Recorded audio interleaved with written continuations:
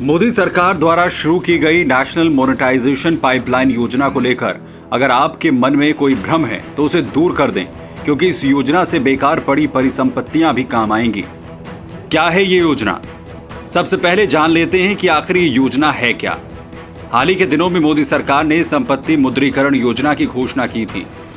National monetization pipeline यानी राष्ट्रीय मुद्रीकरण pipeline, जिसके तहत रेल, सड़क और बिजली जैसे क्षेत्रों में 6 लाख करोड़ रुपए के इंफ्रास्ट्रक्चर संपत्ति को अगले 4 सालों में मोनेटाइज किया जाएगा। एमएनपी में प्रधानमंत्री नरेंद्र मोदी की विनिवेश नीति को लेकर दूरदर्शिता झलकती है। मोदी सरकार के ध्येय वाक्य मिनिमम गवर्नमेंट मैक्सिमम गवर्नेंस पर चलते हुए सरकार सिर्फ कुछ चिन्हित किए गए क्षेत्रों में अपनी भागीदारी बनाए रखेगी। सरकारी संपत्ति के मोनेटाइजेशन से संसाधनों का अधिकतम उपयोग हो सकेगा। ब्राउनफील्ड संपत्ति, जिसे आम भाषा में शहरी इलाकों की ऐसी परिसंपत्ति कहते हैं जिसे शुरुआती इस्तेमाल के बाद खाली छोड़ दिया जाता है, उस ब्राउनफील्ड संपत्ति का सही और उपयोगी इस्तेमाल हो सकेगा। मोनेटाइजेशन का अर्थ। मोनेटाइजेशन मतलब मुद्रीकरण, जिसका सामान्य अर्थ है किसी चीज से पैसे बनाना। हालांकि इसका व्यवहारिक मतलब है किसी संपत्ति को राजस्व देने वाली गतिविधियों, सेवाओं या परिसंपत्तियों में बदलना। योजना से जुड़ी जरूरी बातें। जमीन का मोनेटाइजेशन नहीं किया जाएगा, केवल ब्राउनफील्ड परिसंपत्तियों का ही मोनेटाइजेशन किया जाएगा।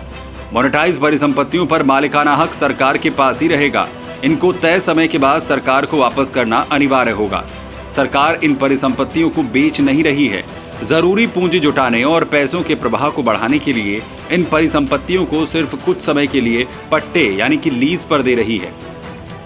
एनएमपी भारत के इंफ्रास्ट्रक्चर को मजबूत बनाने की दिशा में ठोस कदम है। ये सरकारी नियंत्रण को छोड़े बिना निजी भागीदारी को शामिल करके भारतीय इंफ्रास्ट्रक्चर को विश्व स्तरीय बनाने की कोशिश है। ये राज्य सरकारों के लिए भी फायदेमंद है और साथ ही ये योजना राज्य सरकारों के लिए भी महत्वपूर्ण है। ये योजना राज्य सरकार के मालिकाना हक वाली परिसंपत्तियों को रिसाइकिल करने के साथ ग्रीनफील्ड इंफ्रास्ट्रक्चर को फास्ट ट्रैक करने का अवसर भी देती है।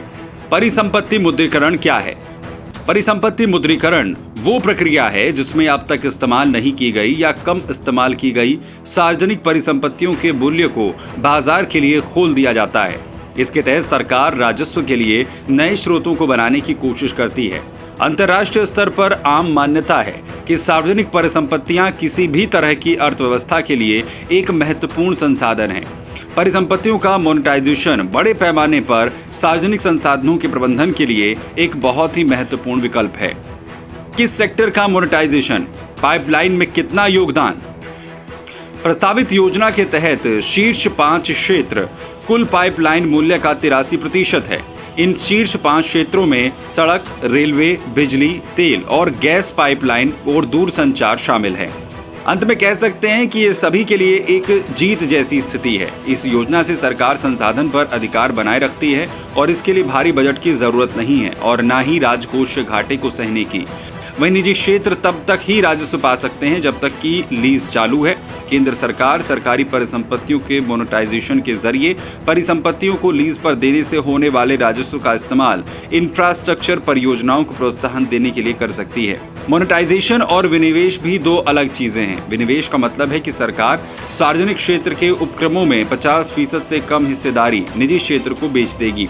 निजीकरण का मतलब है कि सरकार निजी क्षेत्र को 50% से अधिक हिस्सेदारी बेचेगी। इसके ठीक उलट एनएमपी के जरिए सरकारी परिसंपत्तियों का मोनेटाइजेशन न तो विनिवेश के बारे में है और न ही निजीकरण के बारे में।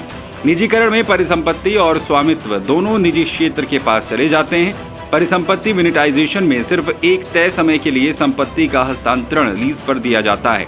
इस दौरान सरकारी नियंत्रण या स्वामित्व का हस्तांतरण नहीं किया जाता है। इसलिए एनएमपी के जरिए परिसंपत्ति मोनेटाइजेशन मोदी सरकार का बिना परिसंपत्तियों को बेचे संसाधन जुटाने का एक बेहतरीन फैसला है। सरकार के लिए एनएमपी सिर्फ लाभ का ही कदम है, इसलिए इसे लेकर आप किसी भ्रम में न पड़ें।